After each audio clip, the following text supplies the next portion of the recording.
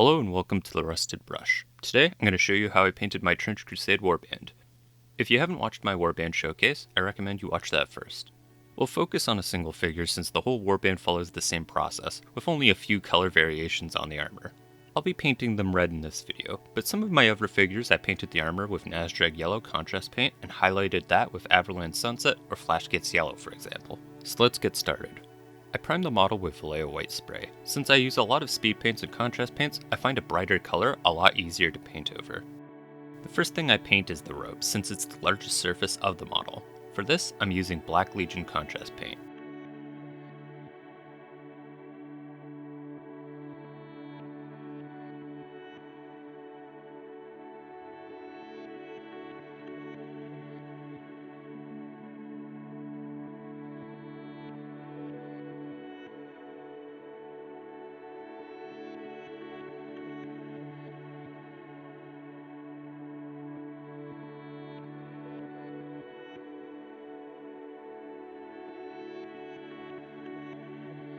I use 2 coats of Black Legion since I want this to be fairly dark.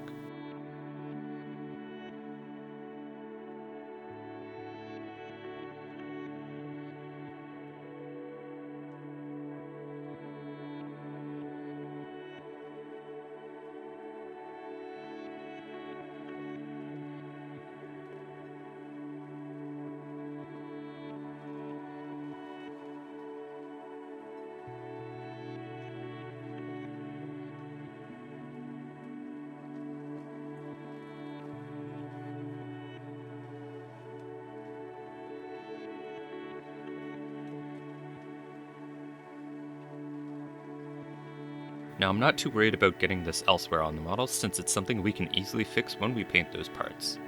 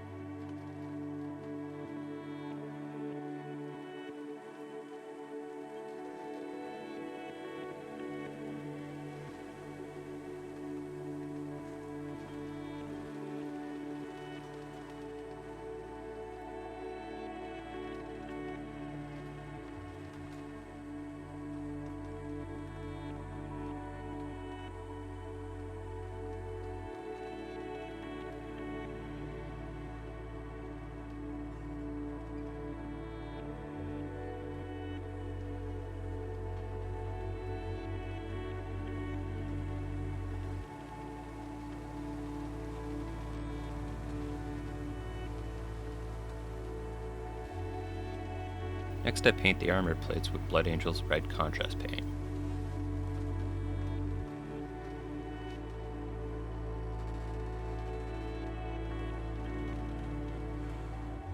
The armor plates I try and use vibrant brighter colors for to contrast with the black robes. This also helps with the weathering effects to make them pop out a bit more.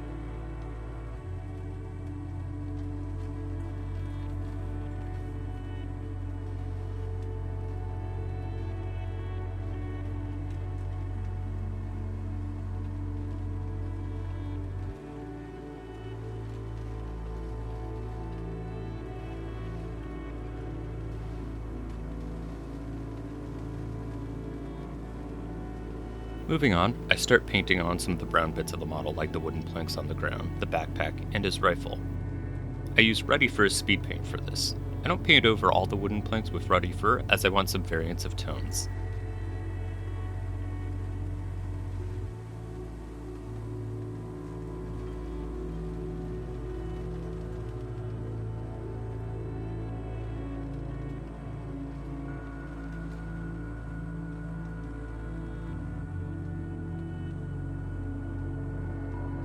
I forgot to record it, but I painted the rest of the backpack and wooden planks with hardened lever speed paint.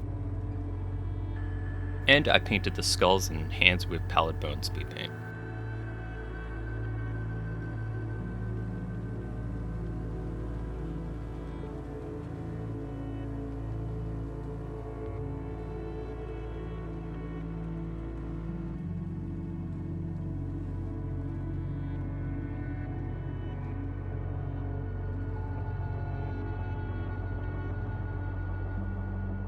While I wait for that to dry, I paint all the metal bits with lead belcher. This includes the pistol, the studs on the robes, the rifle barrel, and the metal parts of the whip.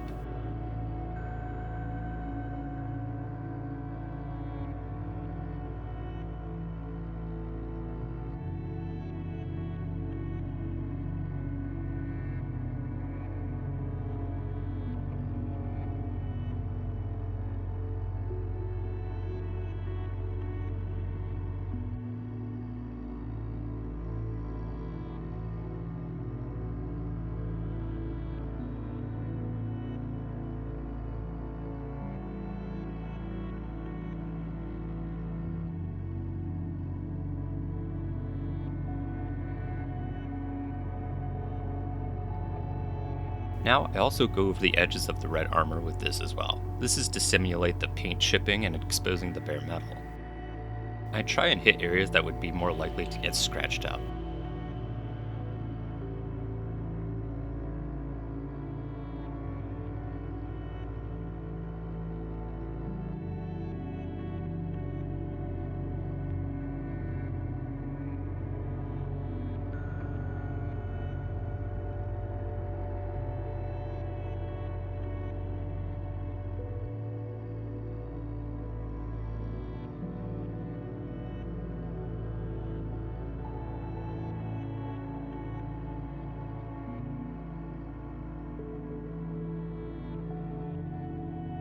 I then decided to brighten the red with Phileo Dark Vermilion. I thought the color was a little too dark, and this helped to really highlight it. I'm careful not to paint over the areas I painted with lead belcher, but if I think it went overboard, I can always paint over it.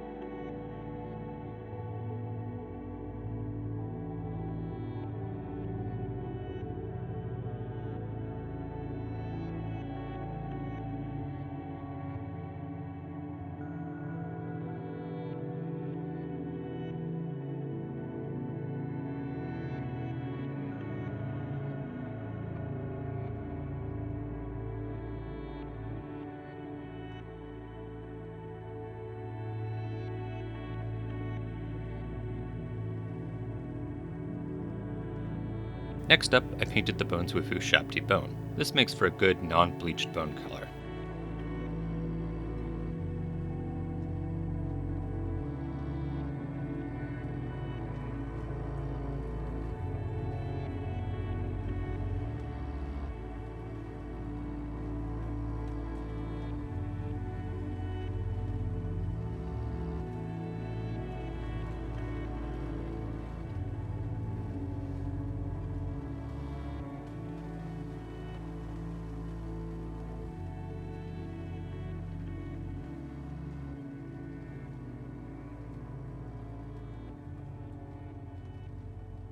On the spot, I decided to use this to do some freehand work on the armor plates.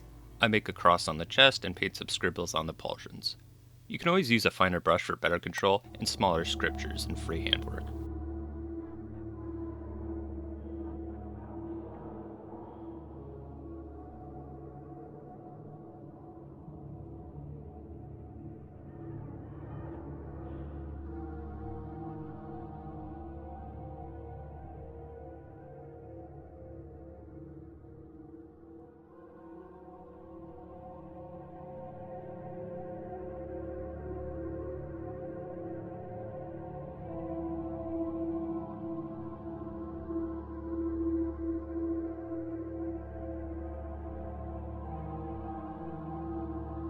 And now for the fun part, the enamel washes.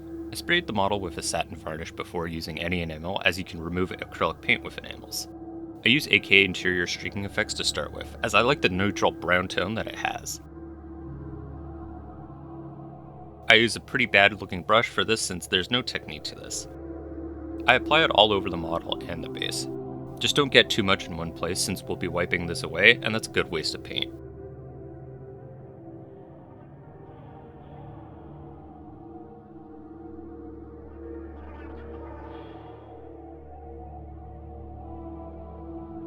After letting it dry for an hour and a half, I use white spirits to wipe away the enamel, leaving it mostly in the recesses and the lower parts of the model.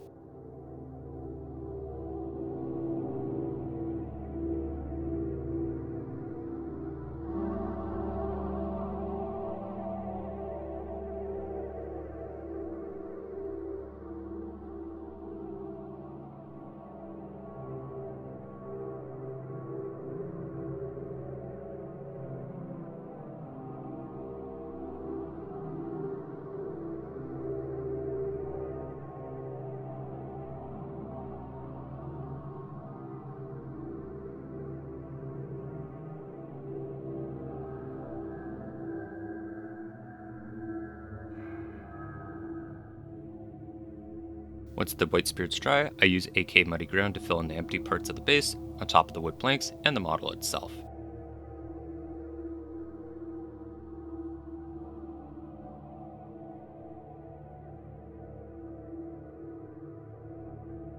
Trenches were notorious for being muddy, and that's what I'm going for. I mostly target the model's legs, as it would be the most sensible place for mud to get stuck to, but I also use it on the armor plates as well. This will be for when I add some rust effects to the model.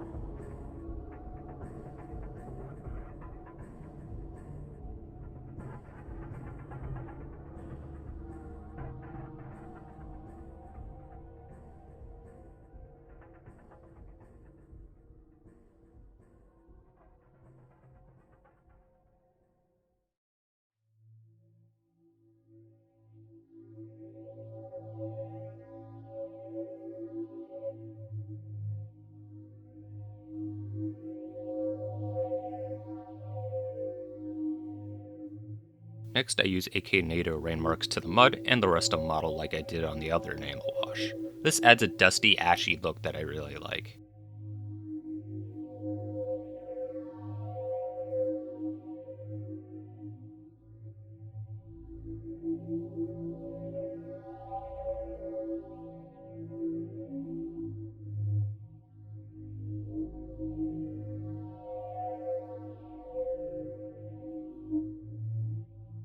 And like before, I wipe away the excess of the enamel with white spirits.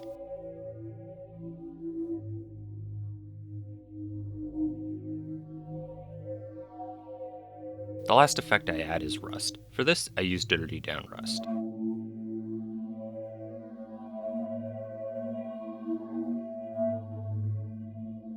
I apply this on the metal areas of the model like the chains and the metal bits of the whip.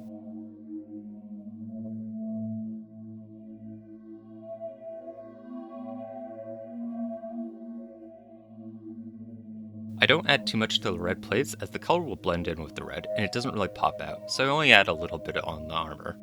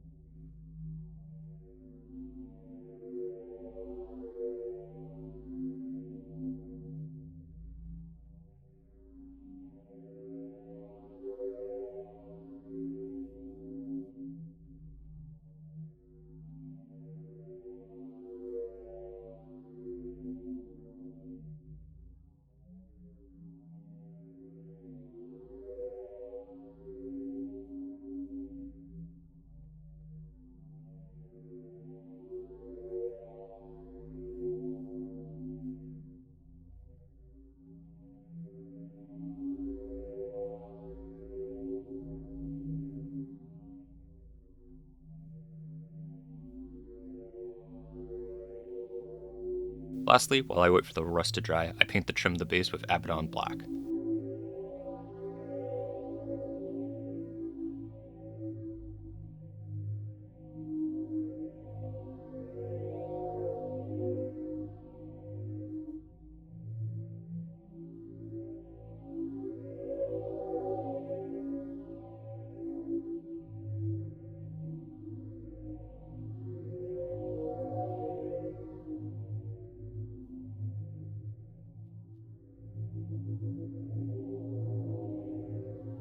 And with that, the model's done.